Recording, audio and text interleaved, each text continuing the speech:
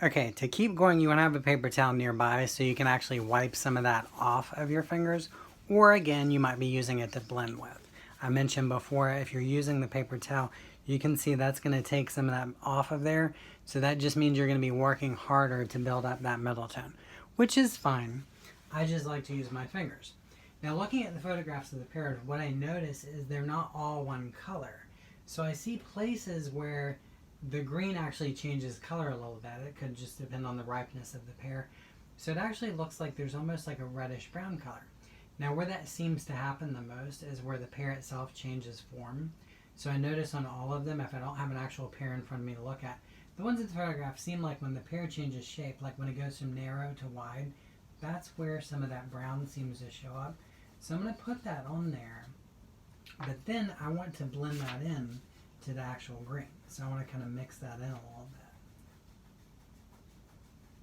bit. If I notice it's covering up the green, then I can always take some green and put it back on there. So I see an edge where it sort of stops being green and turns brown.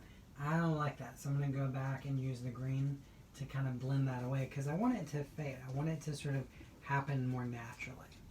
So this one would have the same effect happening. So I might have a little bit of brown over here happening. And then I'm going to go back and blend that into the green of the pear. So what you're going to do is you're going to spend some time getting your colors right. Your color deals with your local value. So here the color of the brown is different than the color of the green.